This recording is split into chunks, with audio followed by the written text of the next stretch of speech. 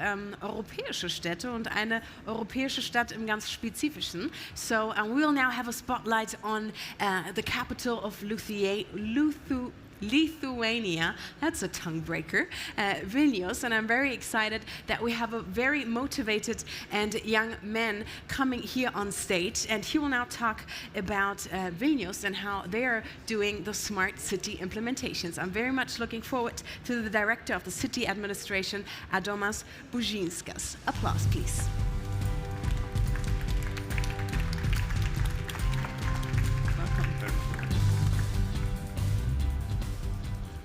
So, hello everyone. Thank you for presentation.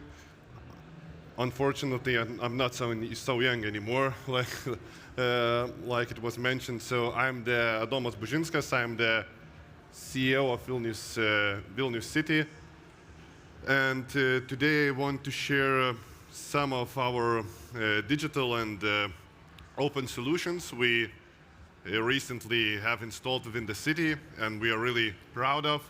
But first of all, just several things about the Vilnius city and why I'm standing here speaking about the digitalization. So, historically known as doers and practically proven themselves as innovators, the talents of Vilnius are not recognized by employers or global brands, but we also have the global recognition. This year we were ranked the first globally for digital skills and for digital skills proficiency. We have a very big percentage of proficiency in English. It helps us in the market because Lithuania is a pretty small country and none of you speaking Lithuanian, so we have to learn other languages. Sorry for not speaking German today.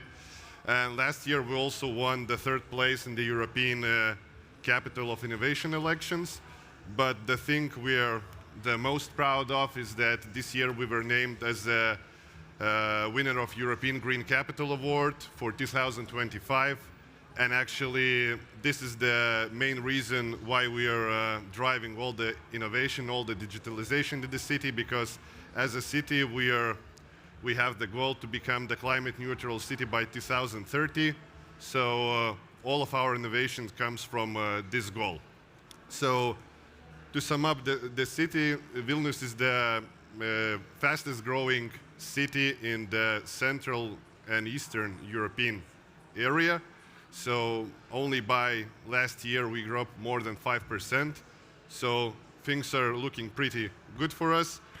But now let's go back to the main topic, and I will just present you our digital transformation journey. So back in 2011, we had only 4 digital services provided by the city. Now we have more 274, and our main principle is that the people won't need to come to a municipality building to get a service, and everything could be done by the computer. You can get kid to school through the computer. You can get, I don't know, heating compensation through the computer. Even you can create a company through the computer in a couple of hours. So that's how we try to do it. And the 3 main areas how we build up our services was the services for the people, for the citizens, services for the businesses, and also we developed the services for like ourselves, municipality, but because we have lots of bureaucratic stuff with the national government. But all of this won't be able without our IT group, and I want to emphasize them because we have 4 main areas, and first of all is development of the systems. Most of the systems are developed in-house from municipality workers. We don't use much of the third-party contractors. That's why we have the system support also in the municipality administration. That's why we can have, make a faster problem solving for us. We have IT innovation and knowledge sharing area. These are the guys who create all the jobs for the development. And also, I think, least romantic sphere of work is maintenance of computer workstations, but this is very important one because those guys are responsible that every municipality worker would be using all the innovations we have created. Just to get a glimpse of how we developed those systems, we used separate works areas because we have like almost 300 services. So, for example, in environmental and urban development sphere of work, we have monitoring of infrastructure, monitoring of traffic, calculating the needs to repairment. In the education sphere of work, you can have put your kid to school, to kindergarten, get the compensation for the private kindergarten. Even you can rent out the basketball courts or football fields after the school hours using the internet. In the health sphere of work, we are monitoring how many patients doctors getting every day. We also created the whole new section for the social services for Ukrainian war refugees. And this was very important because we have a big minority in Vilnius and the national government wasn't so fast as we did. And also very important field is innovation. And I see that I have written one of the initiatives, Hack Me If You Can. So we pay IT talents who are trying to hack our systems, and if they find loopholes in our systems and breach our systems, we pay them bonuses because they are fighting the security breaches. So now I will be talking about several projects because I have only 8 minutes left. So first about the drones. So in our city we have autonomous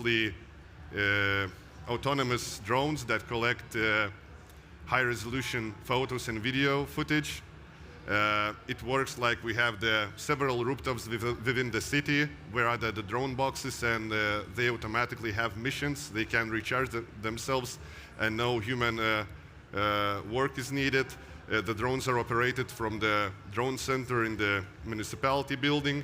So we can use it for the waste site collection inspection. We can check if the waste were collected in time, if the residents didn't leave anything which is prohibited, and so on. Usually it was done by the people in the cars who are making audit or inspection. Now no human work is needed. Also, we are monitoring the rooftops and the conditions of the buildings. We are responsible for that. So with the high resolution tech, we can have 3D models of every building and can say with artificial intelligence who needs to be repaired. And I think the most important is the traffic because we monitor the traffic flows, the directions, we calculate the vehicle speeds and assess the need of new junctions. So now about 50 intersections, streets, bike paths, pedestrians crossing are being monitored by the drones, and we can take that information and give it to the decision makers, and they can, by that information, they know where to put new road, pedestrian, street, or crossing. Second project I want to present is Vilnius DNA. So Vilnius this year celebrated 700th anniversary, so this is more educational-based project which is like geographic system of history of Vilnius, and it is first time where we, on such extent provide all the information about past geographical objects, historical events, and personalities. So basically, we put whole history of Vilnius of 700 years in one page. It took more than 2 years to collect the data, to scan the archives, to scan the paper maps and digitalize them. So now the children and the residents and visitors of Vilnius has very good educational platform. Another project is our app, Tidying Up the City. It's, that Vilnius residents and visitors can quickly and efficiently inform the municipality about the problems they have noticed in the capital. For example, you see the pothole on the street lighting is not working, I don't know, the waste is not being collected, or tree fell down somewhere. You just took the phone, take the photo, send it to us. We have the GPS coordinates. We can go and fix the problem. So it really helped us because we involved the citizens to the problem solving. Now citizens know that they don't have to come to municipality to write the reports, to write any emails. And for us, we really save time because we get everything through the app, we fix it, and we avoid all the bureaucratic stuff, all the papers, and we don't need to reply to the people anymore because everything is done with through the app. So for us, it really helped to save time and also fix the problems, because with that data now we know which of the areas of the city is the most problematic ones and where the new solutions is needed. And the last thing I want to mention is the Open Vilnius platform. This is like quite a freshly launched platform, and usually it provides the access to all the data the city has, also about all the projects of the city and all the projects of the third parties who are making the projects using our data. So this data is used by IT professionals to create new digital solutions, by academic work, like by universities, and also by people. Basically, everything is here. How many free spaces in which kindergarten are,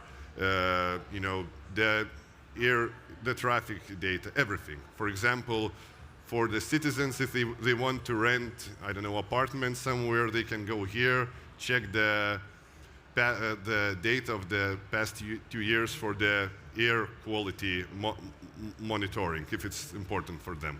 So this is our new project, and we really think that we can find even more solutions when we open the data for the public. So to summarize what we did in our digital transformation, we increased the e-services and the users. We grew the number of the projects by the city municipality. We integrated those systems with the state, because state is usually slower than the city. And we really increased the usability of the open data and found the tools for its development. And for the next, what's the main challenge is to get more users for the open data, because we have the tools, we have the data, but our main focus is that the people will use it, will have to use it. Also, we want to even more extend our IT capabilities, but now we have minimized financial input, so that's going to be a challenge. And also, we will continue to develop e-services, and in our plans, we want to optimize the new processes to take online all possible public sports facilities, to create the e-democracy tools for unofficial voting and so on. So thank you for your attention. My clock tells me that I'm 15 seconds late. Sorry. Applause, applause. Thank you so much, Adomas. Before you leave the stage, first of all, you really made me now want to go to Vilnius and check the city out, because it seems like it's not only an incredible green city, but also a really attractive city when it comes to digitization. So my question is, in 5 years, how will the city look like? Will it be like super spacey because it's so technical, or what are your visions for in 5 years? So in 5 years, it's going to be almost 2030 when we have to be climate neutral. So I hope that you will see that we will launch the new hydrogen buses. All the public transport won't be run by the polluted crafts. The city itself is very green. It's more than 61% of the green areas in the city. So if you haven't been to Vilnius, really come. But I think that our main objective now, talking about the digitalization in 5 years, is to start using artificial intelligence more. Now we digitize the services, but now we have to make those services automatic ones that, you know, the people won't.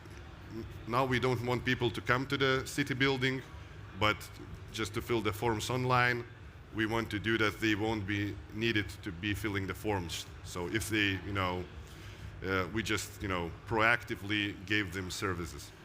This sounds very promising, and I hope I'll visit Vilnius before 2030. Thank you so much, Adomas. Okay, thank you. From Lithuania, we're now flying and